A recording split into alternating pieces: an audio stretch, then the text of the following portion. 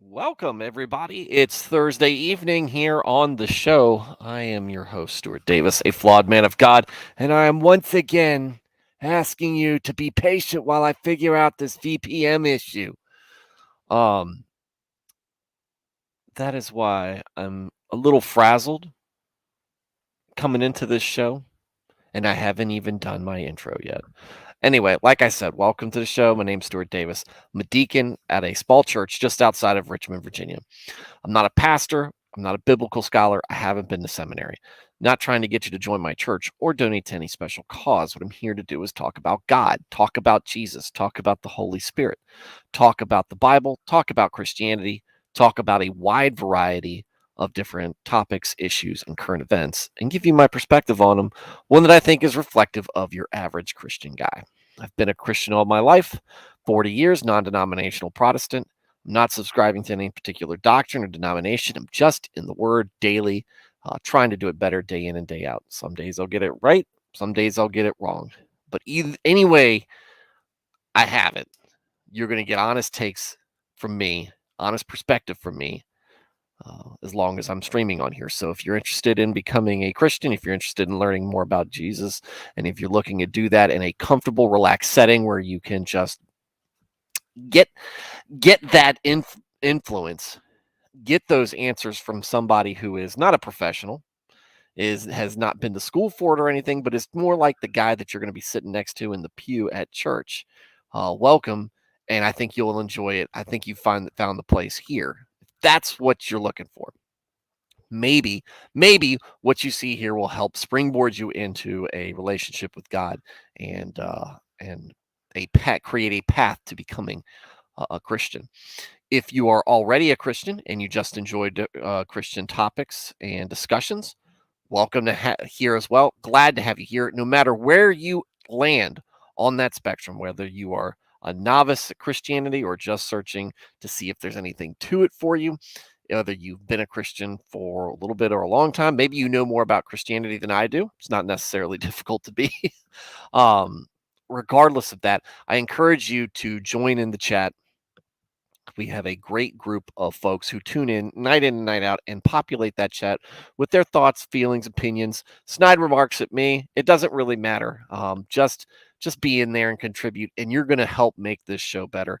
Though I say it pretty much every episode. I thank everybody for contributing. This show is uniquely, I shouldn't say uniquely better. Lots of shows are better um, with user involvement, with viewer involvement. But this show is very much enhanced by the additions given by the chat, and I appreciate it. I do appreciate everybody who takes part in that. I'm not saying you have to. I'm not forcing you to. Obviously, I can't, but I think that you'll get a better experience out of it, and I know everybody else will. So this is me encouraging you and letting you know that this community is small enough that if you do put whatever thoughts, feelings, impressions you have in the chat, I'm going to read and respond to it. And with that said, let's get into the show. And like I said, I'm having VPN issues. VPN shut off weirdly, and now I can't get into my modem through the web browser. It keeps telling me it won't pick up, and I was in there like 5 minutes ago, and now all of a sudden I can't anymore, and I can't get the Wi-Fi to ping off of the VPN. This is just frustrating. Just frustrating going through this. It ends up absorbing all of my time in the evening, and it just ticks me off. So, pray for me. Pray for my patience. You can never pray for enough patience in your life or anybody else's. But here we are. Hope you guys are having a great week. Veritex, you're the first and only person in the chat this evening at this point, but couldn't ask for a better contributor and a better viewer. So happy to have you here, and I'm sure that more folks will populate in. I was late getting the stream set up because of all this. It's just frustrating. Vertex is usually I can't access modem panel when VPN is loaded because of VPN tunnels through and ends up outside the home, and I only understood half of that. I know just enough about kind of technology and computers to get myself in trouble. I know just enough to build my own computer because I know how to put parts together and I know how to read instructions sometimes. But yeah, we're trying. Look, trying to spoof. We're trying to spoof things so that we can watch the Orioles games in my household. And why I'm not interested in the Orioles games. Father-in-law is interested in Orioles games, and Masson doesn't have an online streaming platform for us to get into. So, because of that, they can suck it, and I'm trying to get around that.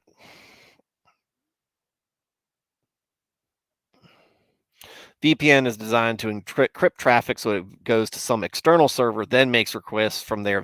Basically, yeah. Oh dear, as a former O's fan, I can relate. Look, this is the perfect time to become an O's fan again. They're doing great. They're number one in their division. They're like number 2 in the power rankings in all of baseball. They're impressively good. Got a lot of good talent on their team this year. Last year, me and my wife and my father-in-law all went to a game. We sat a few rows back from home plate, and they had a one of their star prospects was making his home debut in at Camden Yards, which is a beautiful ballpark. There's no getting around it. It's a beautiful ballpark, and um, his family was sitting right in front of us. So that was the first time we sat in your family. It wasn't the last time we sat in your family. With a um, last time we sat in your family, because Andrew Abbott's family was close to us when we went to the last Orioles game. But yeah. So, Vertex, funny you should say that. Funny you should say that. Steroid post McGuire Sosa finally said enough. I walked away from I walked away from sports in general for a long time. Hockey because I just wasn't engaged in it as much. And I've since returned to hockey. Football because of the wide receivers in the late 90s to mid 2000s. That diva, and they're all, and they still are to a degree, but it just seems the Randy Mosses, the Terrell Owens, the um, Torrey Holtz. They weren't they were obnoxious, just overly obnoxious. And then and that was a far cry from the Jerry Rices or the Marvin Harrisons. And the Marvin Harrison was kind of in that same era. Quiet professionals. I enjoy seeing that. I'm big on sportsmanship. I don't mind celebrations. I think team celebrations are great.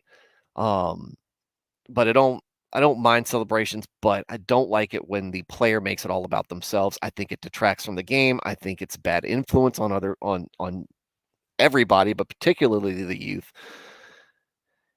And I just think I don't think that behavior should be rewarded, but it is. Because you are seeking out attention. And you are a superstar. They are going to give you the attention, and it was.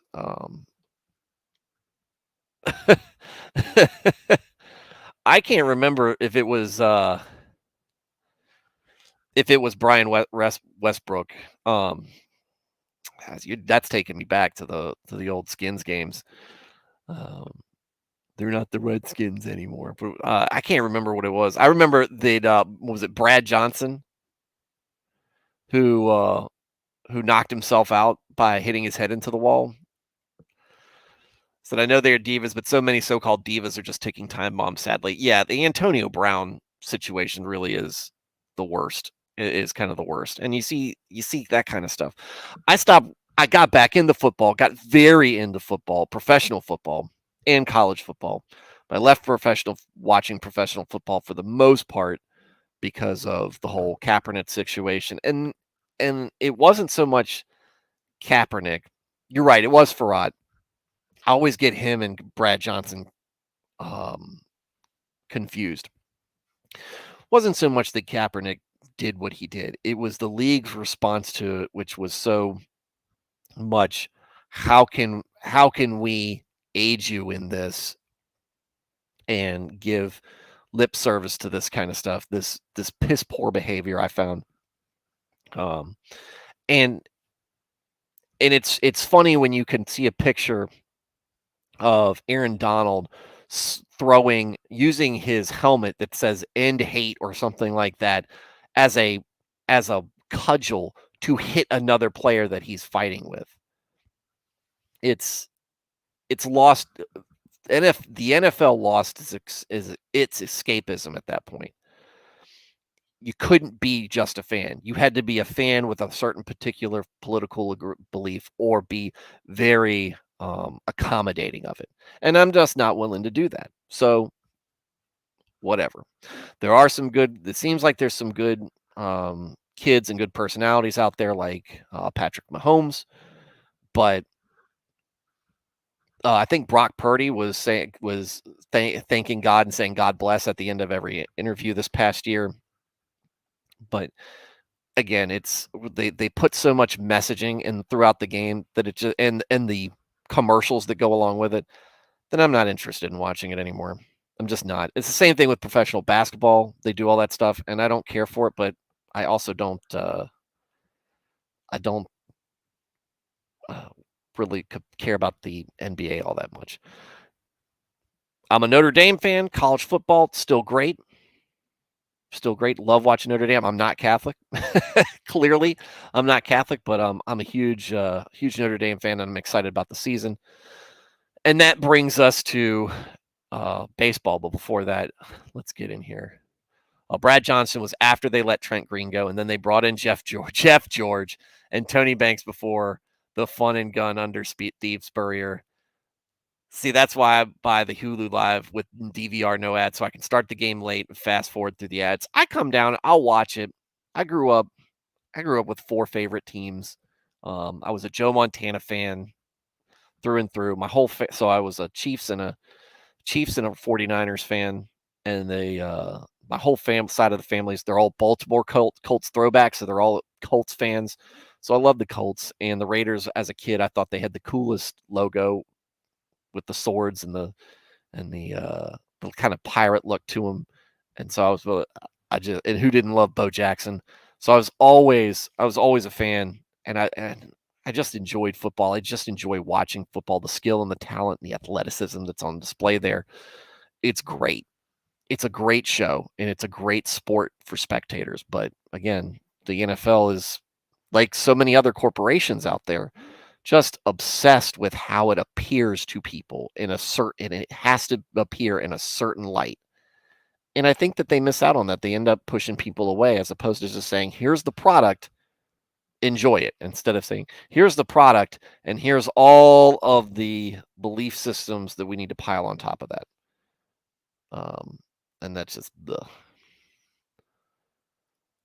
said the crap with what Snyder was doing there. Once it became clear what he was doing, I couldn't celebrate that at all. I mean, the only reason Snyder was any good to the NFL is because he refused to rename the team. And once he renamed a team, which he should have kept the Washington football team. That should have just been it. If they bullied him into that, he just said, "Okay, fine, you don't get a name." But once he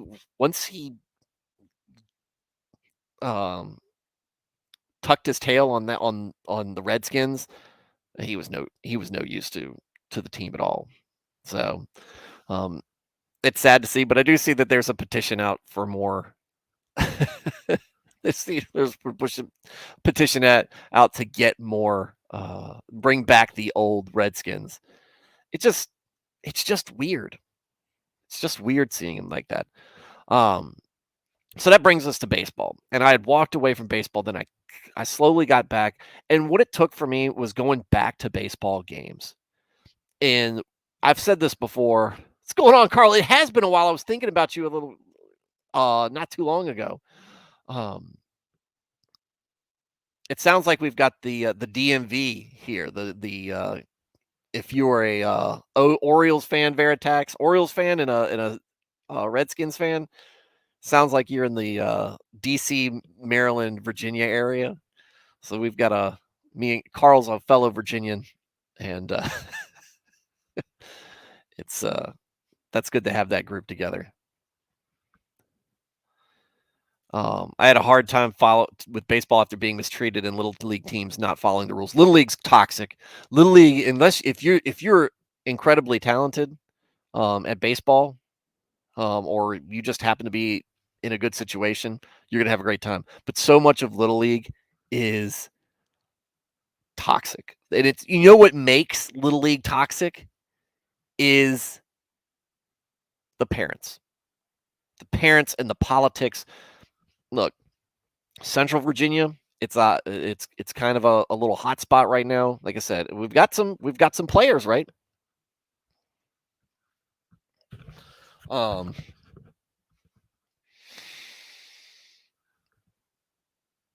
we had Chad Pinder come from Tidewater. We have Justin Verlander from Goochland. We have Andrew Abbott from Lancaster.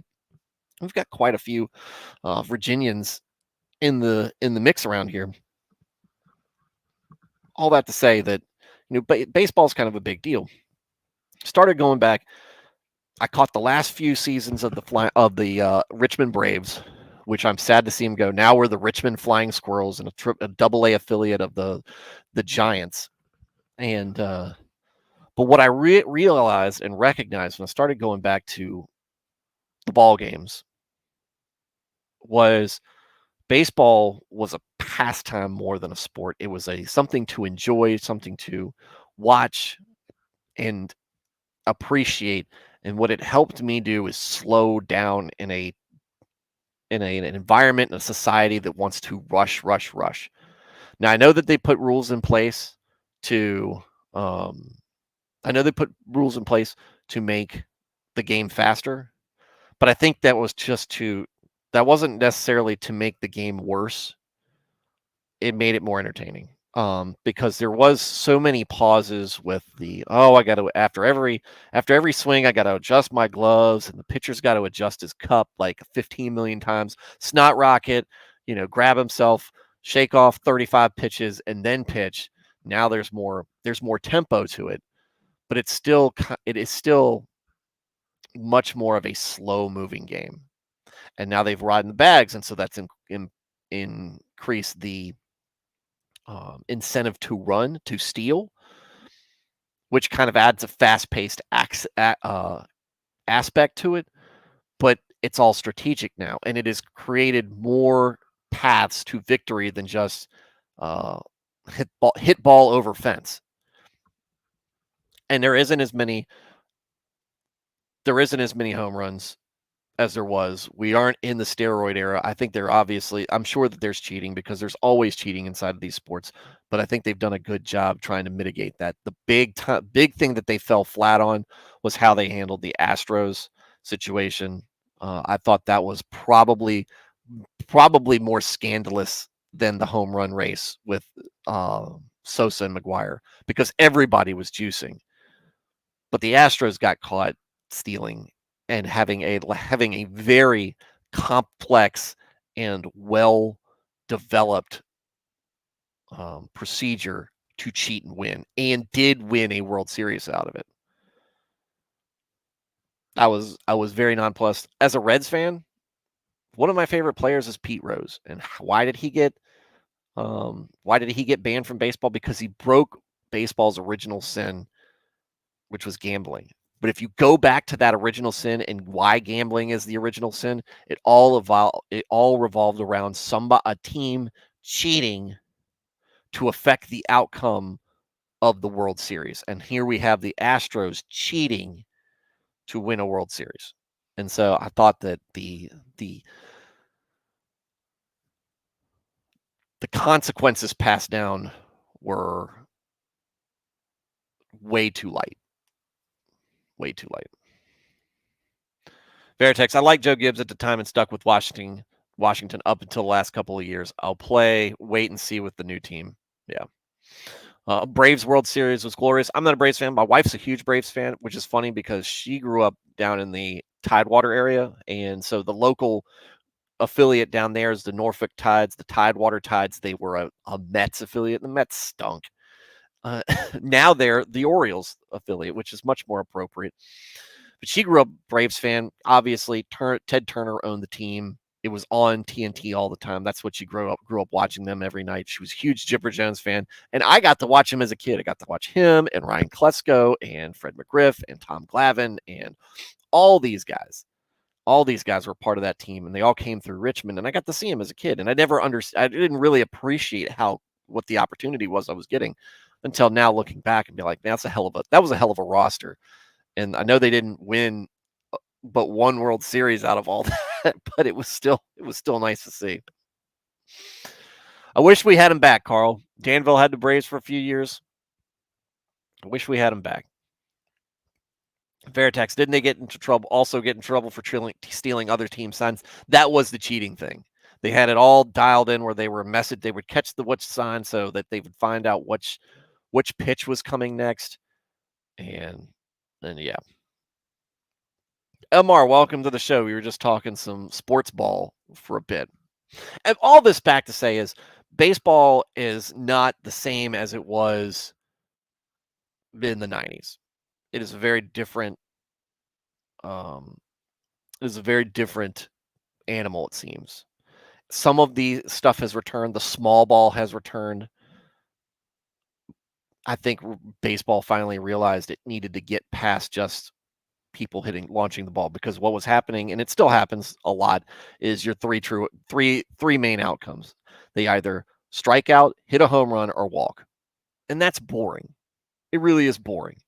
You want to see other things in it. And that's one of the things. The Reds have been playing a lot of small ball. Other teams have been playing that. And when you get a mix for power teams that can hit the ball far, but it's not the only way to win, that's when it makes games more interesting. The Orioles are an impressive and young team. And if you were thinking about giving baseball another chance, as if you're an Orioles fan, now's the time to get in, maybe just to enjoy it. I think they're a fun team to watch. They've been a fun team for the last couple of years as they've been growing and bringing these prospects up. And the Reds are kind of in the same spot, maybe a year behind. Okay.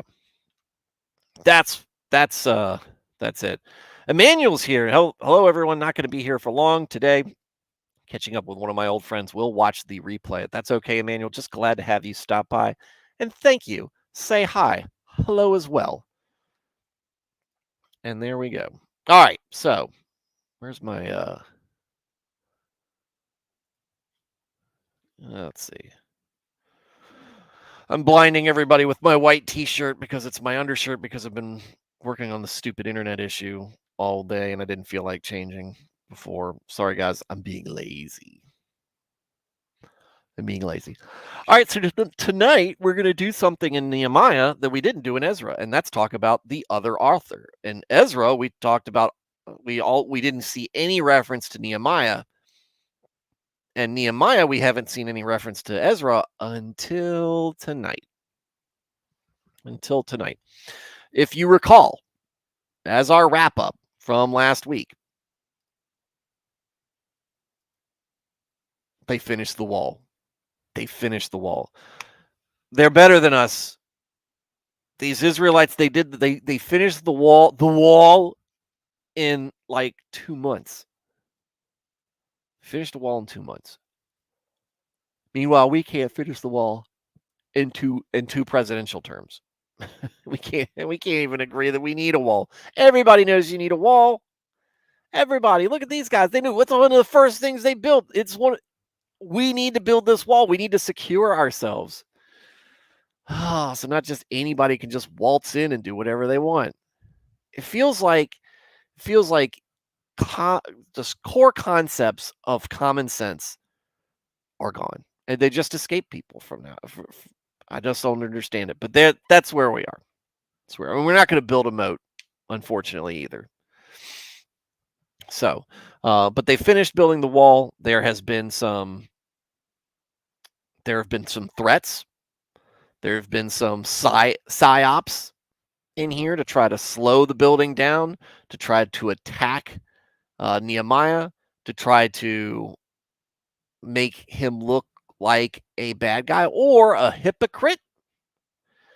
And what Nehemiah has done is just kept himself humble and kept himself um, guarded with discernment.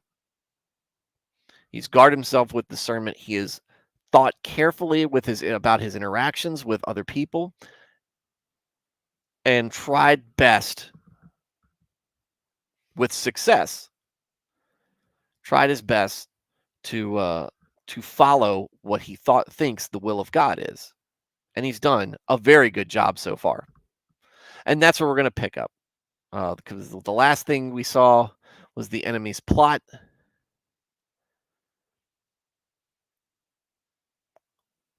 And Tobiah was sending letters to frighten him. So we've got some plot, but we've got the wall finished.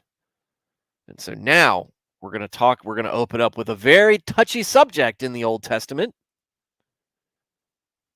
Very touchy. It's called the census. Now, if you're new to this channel, or if you have missed some of the episodes, you might be sitting there going, "What's wrong about a census? Is this some sort of racial thing?" No. The reason why the census is such a hot button issue has everything to do with King David and the last time we really see a census discussed in the Old Testament. Again, that was during King David's reign. Now, King David made two mistakes that we can track in the Bible, right? His entanglement. If you were part of Will Smith's family, you would call it an entanglement with Bathsheba, which he did his best to make things right, and we did get the God was able because he is able to do all things. God showed his abilities by making a good thing, turning good and turning that into an opportunity for good to be done. There we go. The second thing was David enacted or put in motion a census without talking to God, and we discussed the different reasons why he may have done this and why this was considered such a bad thing. But look, if you do a census and you don't and your heart's in the wrong place, or there is an ulterior motive, or God didn't tell you to explicitly, there have been consequences. So when we read census of the first returned exiles, you start to get a little antsy. Did somebody order this? The first thing did God want you to do this? Is God going to get mad? Because there ain't as many exiles as there were Israelites in Judah and Israel before the exile. We can't afford to get to lose, 70,000 people. All right. Thanks, MR. Emmanuel said, "Hello." Oh, I already read that. I say that we should put a 50 caliber infrared turrets, and if they pass that, then they deserve to stay here. Oh, you like the gauntlet. My thing has always been an exchange, right? Maybe we put some people on the list, right? And I'm not talking about this in a very real aspect, but if you have demonstrated that you're not interested in um, contributing to society and the community and the nation of the US, and not saying a person who just lives on her own and just wants to be left alone. No, somebody who is a ward of the state, who has been identified as somebody who is not interested in furthering themselves and being nothing but a leech on their family and on their nation and on their fellow citizens. We trade them to Mexico. We send them to Mexico in exchange for somebody who wants to come in and work and build a life and stand on their own 2 feet.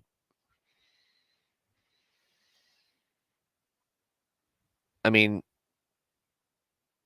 if you populate a nation with people who are with a can-do attitude and an exciting attitude, excited, happy to be here attitude, then it's great. And then the other thing is try to teach your incoming um, your incoming citizens why the US system works as well as it does, and for them to be wary that they don't bring the things that made their country worth, or that turned their country into a place that they didn't want to stay there anymore. There's a lot of places where people are fleeing because it's a bad situation. It's violence, it's political oppression, it's all sorts of things, right? And or lack of freedom. You don't want to come in and think that the things that went on there, that were supported, is good for this country. It's this, you hear the same, hear the same talking points from people in Texas when folks from California are moving in. It's, don't come in here and vote up all these high taxes and all these progressive policies. You're fleeing, you're getting out of the state because the stuff because what has happened is because of what you supported beforehand. So don't bring that crap with you. If you want to be here and be a Texan, be part of Texas and be part of this culture, that's fine. Don't try to change it. I'm not a person who doesn't think that a person shouldn't bring part of their traditions and culture with them. I think that is a strength of America, that we've got different things. That's why you get a little bit of different flavors in different parts of the city and different parts of counties. Um, One of the reasons why we enjoy so many different types of food is because that is a big part of different cultures. Food is a big part of culture. My lineage is from Wales. We're not known for our food, so thankfully I live in a nation where I can do things like eat Peruvian chicken like I did today. It's delicious. It's delicious, and food brings people together. Food does bring people together. So, um, like I said, I think that I don't have a problem with immigration, but it has to be controlled. It has to be monitored. It has to be managed well. And hasn't none of that's been going on. None of that's been going on. And MR says should clip that part and upload it as why censuses are by God's permission only. Well, I don't know necessarily why. I didn't have great answers. I didn't have definitive answers. I gave options, I think. But all I came out with is David did a bad thing, and it cost 70,000 Israelites their lives. And if you knew anything about David, you knew how that would affect him personally and how he would bear that on his shoulders. He's not going to be able to ignore it. That hurt him. So, but that was then. This is now. Now we're talking about Nehemiah. Now we're talking about Nehemiah and walls. So, as we'll start in here tonight, Nehemiah chapter 7, the census of the first returned exiles. 7. Now, when the wall had been rebuilt, and I had set up the doors, and the gatekeepers, singers, and Levites had been appointed, I put my brother Hanani with Hananiah, the commander of the fortress, in charge of Jerusalem. For Hananiah was a more faithful and God-fearing man than many of the others. I said to them, do not let the gates of Jerusalem be opened until the sun is hot, and while the watchmen are still standing guard, have them shut and bar the doors. Appoint guards from the residents of Jerusalem, each at his post on the wall, and each in front of his own house. Now the city was spacious and large, but there were few people in it, and the houses had not yet been built. So basically say, hey, look, we're going to set up a guard, and it's going to be late. The doors are going to be late to open and early to close. But that's just how we have to handle things right now. Then my God put it into my heart to assemble the nobles, the officials, and the people to be registered by genealogy. Genealogy. My favorite thing. Then found the register of the genealogy of those who came from Babylon first, and I found the following record. These are the sons, descendants, people of the province who came up from the captivity of the exiles whom Nebuchadnezzar, the king of Babylon, had deported to Babylon. They returned to Jerusalem and to Judah, each to his city. The ones who came with Zerubbabel, Jeshua, Nehemiah, Azariah, Rahamiah, Nehemani, Mordecai, Bilshan, Mispereth, Bigvai, Nehum, and Bana. The men of the people of Israel numbered the sons of Parash, 2,172. The sons of Shephatiah, 372. The sons of Erah, 652. The sons of Pahath Moab and the sons of Jeshua and Joab, 2,818. The sons of Elam, 1,254. The sons of Zatu, 845. The sons of Zakkai, 760. The sons of Binui, 648. The sons of Bebai, 628. The sons of Azgad, 2,322. The sons of Adonikim, 667. The sons of Bigvai, 2,067. The sons of Aden, not Aden, the trendy name for kids, not Aden, Aden, 655. The sons of Ater of Hezekiah, 98. The sons of Hashum, 328. The sons of Bezai, 324. The sons of Hariph, 112. The sons of Gibeon, 95. The men of Bethlehem and Netophah, 188. The men of Anathoth, 128. The men of Beth Asmaveth, 42. The men of Kiriath Jearim, Shephirah, and Beeroth, 743. The men of Ramah and Geba, 621. The men of Michmas, 122. The men of Bethel and Ai, 123. The men of the other Nebo, 52. The sons of the other Elam, 1,254. The sons of Haram, 320. The sons of Jericho, 345. The sons of Lod, Hadid, and Ono, 721. The sons of Sina, 3,930. Whew. Doing all right, guys. I rolled through that one pretty well, if you don't say so myself. Alias says, I dream of genealogy. Well, first off, welcome, Alias. And second of all, get a life.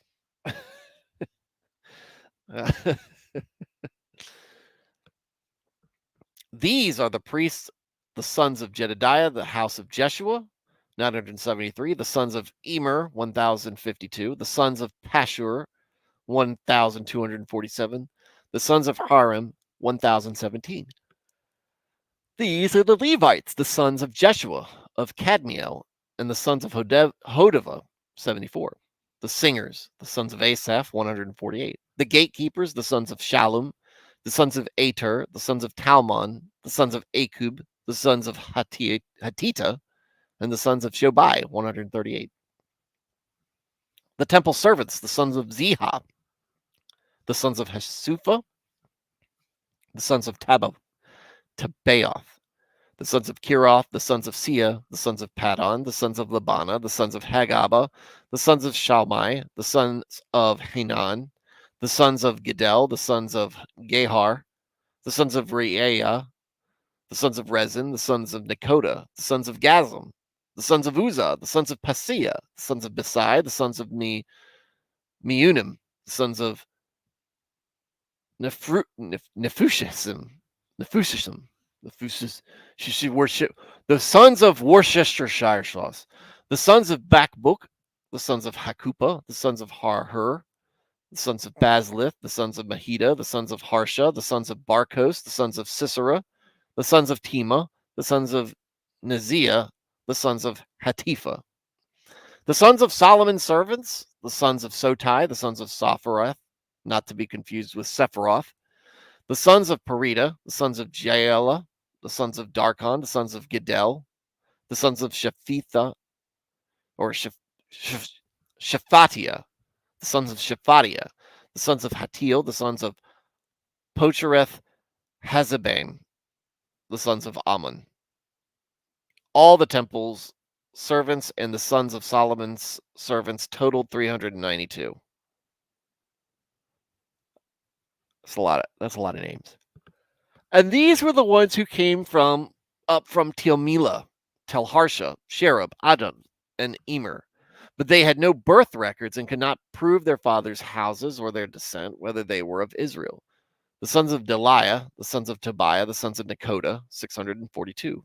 Of the priests, the sons of Hobiah, the sons of Hakaz, and the sons of Barzillai, who was so named because he had married one of the daughters of Barzillai, the well-known Gileadite, and was named after them. These men searched for their ancestral registration among those recorded in the genealogies, but it was not located. So they were excluded from the priesthood as ceremonially unclean. The governor told them that they should not eat any of the most holy food until a priest arose with an Urim and Thummim to determine God's will in the matter. Okay, so lots of names. And then, and this is kind of showing you how traumatic and abrupt the removal of Israelites from Israel and Judah was. One of the things that you can glean from Hebrew Israelite culture is that they are big on genealogies. They're like Alias. They dream of genealogy. Um, it's a tool for them for a lot of their internal mechanisms for who people are, who they can marry, what land they have. It's highly it's important for how their society functions. And so they have been very fastidious in keeping that from from Abraham all the way to this point. The fact that there are a multitude of exiles who cannot locate their genealogies, cannot produce their genealogy other than what they've been told, word of mouth, should tell you that a lot was lost and a lot was destroyed with that exile and that conquering of the two nations, because they're not even able, excuse me, they're not even able to locate the genealogies of some of these people.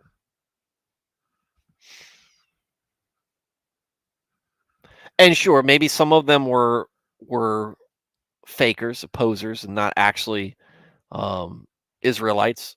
But you gotta say that at least some of these folks are.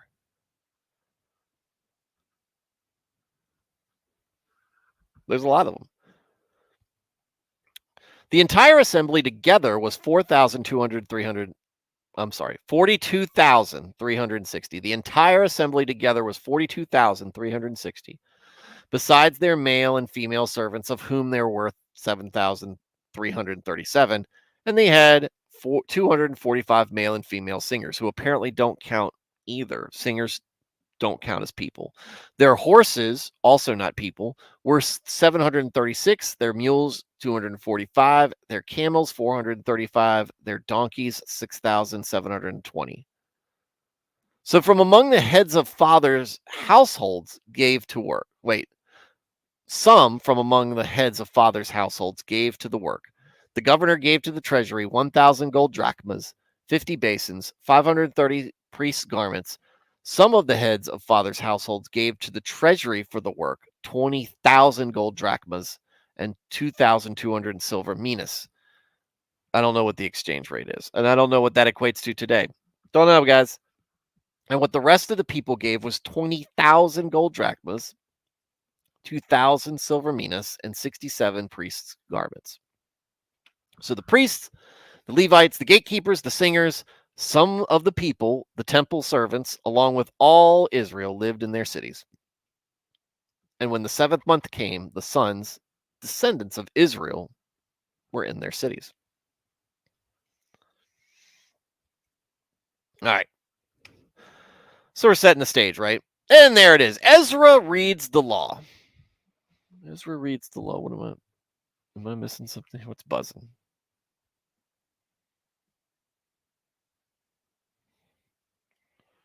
Ugh. Reds are disappointing me. Reds are leading me down. Anyway, Ezra reads the law. So here it is. Here's Ezra. And why are we supposed to read the law of Moses? Why are they supposed to be reading the law of Moses? Because God told them to periodically do it. He had it all prescribed. There was a schedule for all this, and it's been some time. So it's important to start from scratch. Well, not necessarily from scratch, but start from the foundation. The foundation of what God told them to do is what Nehemiah and Ezra wisely determined is where they need to start. Let's start with from the beginning. Let's start with what did God instruct the Israelites to be and do when they got to the promised land? Because that's basically what we're doing. We're re-entering the promised land, but we're entering in a shameful state, from a state of disobedience, from disappointment, and from failure. God's giving us another chance. So let's try our best to behave ourselves. Then all the people gathered together as one man at the open square in front of the water gate, and they asked Ezra the scribe to bring the book of the law of Moses, which the Lord had given to Israel. So Ezra the priest brought the law before the assembly of men, women, and all who could listen with understanding on the first day of the 7th month. Then he read from it in front of the open square, which was in front of the water gate, from early morning until midday, in the presence of the men and women, those who could understand, and all the people listened carefully to the book of the law. Ezra the scribe stood on a large wooden platform which they had constructed for this purpose, and beside him on the platform stood Mattithiah, Shema, Ananiah, Uriah, Hilkiah, and Maaseiah on his right, and Pedaiah, Mishael, Malchijah, Hashum, and Hashbaddanah, Zechariah, and Meshullam on his left.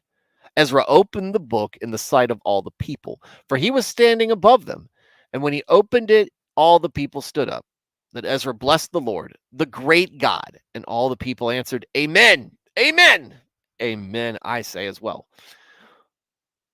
while lifting up their hands, and they knelt down and worshiped the Lord with their faces towards the ground. Also, Jeshua, Bani, Sherebiah, Jamin, Akub, Shabbethai, Hodiah, Maaseiah, Kelida, Azariah, Jozabad, Hanan,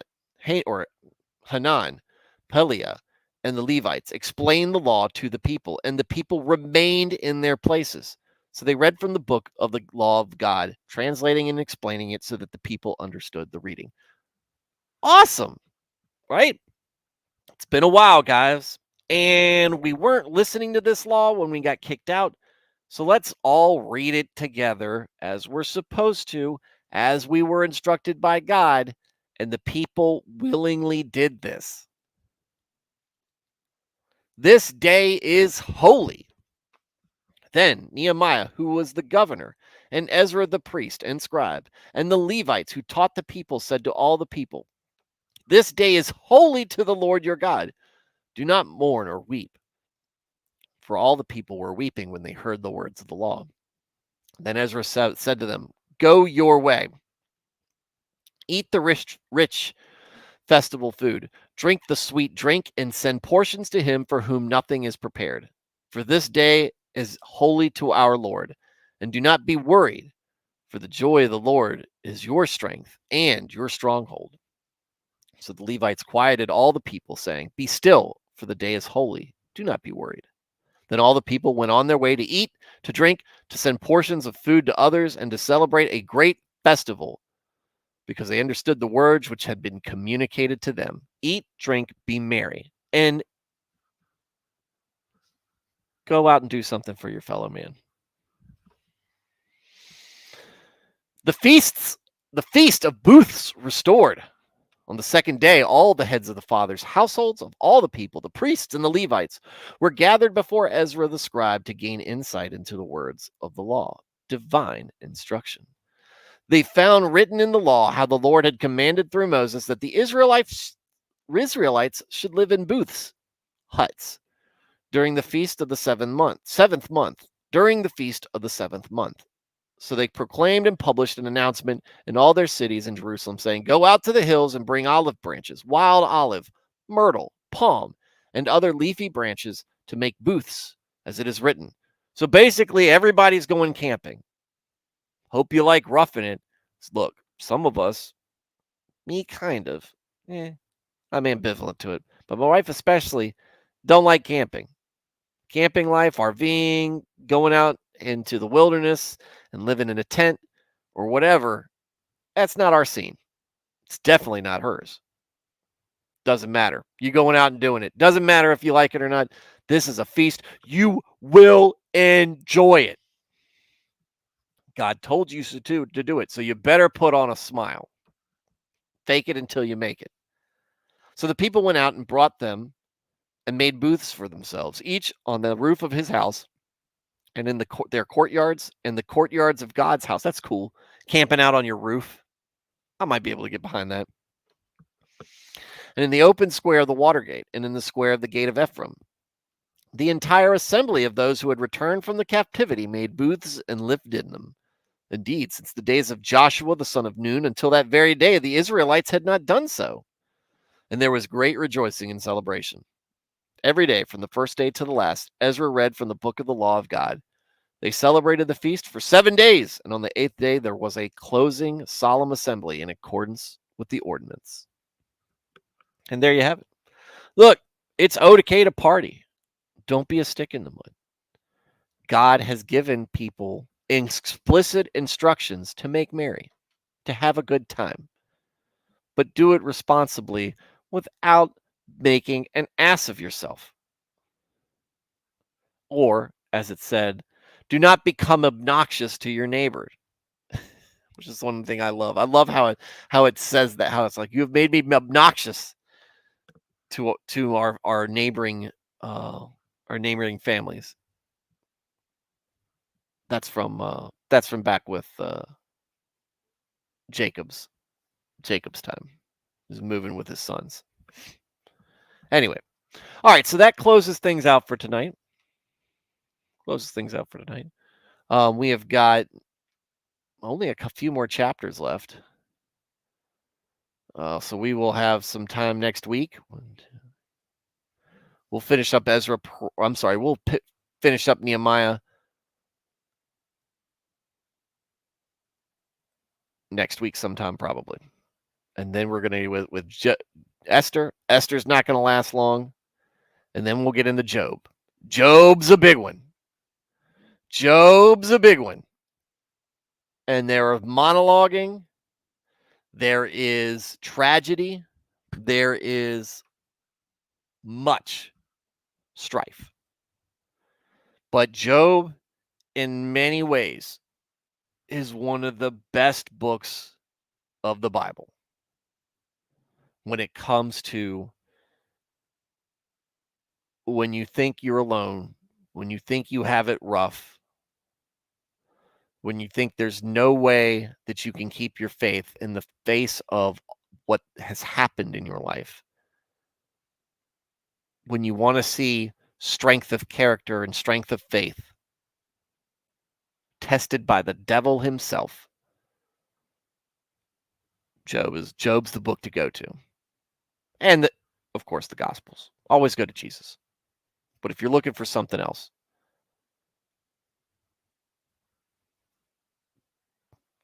Alias says, get a Job. Get yourself a Job. Now, why don't you get a Job? MR's been waiting on it. It's good times. It is a book that needs to be periodically visited by all Christians. So we're getting there. We'll be there before the end of the month. And with that said, we're going to close out tonight. Friday, maybe I'll actually stream on Friday, but I don't make any promises because Fridays are time with family first. And we'll see. But if I've got time, I'll be on there with you. So to Alias, MR, Emmanuel, Carl, Veritax, and I think that's the whole group tonight. Thank you for joining me. Thank you for giving me your thoughts on things. And going to the census thing, we don't see where God orders it.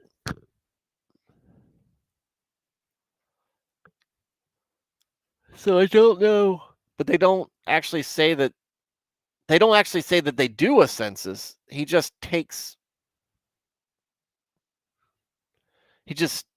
gives people numbers. So there was a census done at some point, but it doesn't really give a background or um oh, and there's a registry. Okay.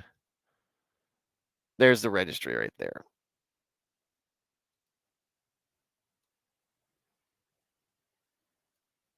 I don't know. This is very confusing on if there was actually a census done or that they used records to take a census. Yeah, in Veritex, there you go. Cleaning that up for me. I think it was done to prove that God did bring his remnant back and that they were actually of the lineage of Israel. Thank you. Thank you. Uh and text in Italian, hello and good night. Because look, it's that time. It's that time for me to be upset. It's time for me to be upset at baseball, but happy that you guys came here. Thank you guys for being part of the chat. Everybody listening, thank you for giving me your attention. And I'm thankful that you're getting something out of this. I'd love for you to participate in the chat, but if not, that's fine. It really is. For everybody listening on the back end, I hope to catch you live sometime. And for all of you, please like the episode, subscribe to the channel if you haven't already. And if you know somebody who you think would enjoy this, or if somebody's asking for something to listen to, the real way to support this show is to advertise for me. Word of mouth goes a long way. Same way with the gospel. It sells the gospel, the Bible, God sells himself when you describe it, if you can do it right. Because it really does so much. And I think that all it takes is really reading through the Bible to see why. With that said, guys, I want to see you all. If this is our last stream for the week, have a very good evening. Have a very good weekend. Be safe. And I want to see you all back here on Monday. Since we don't have any softball anymore, we will be streaming on Monday. Or maybe I'll see y'all tomorrow. Either way, have a good night. Man, God bless.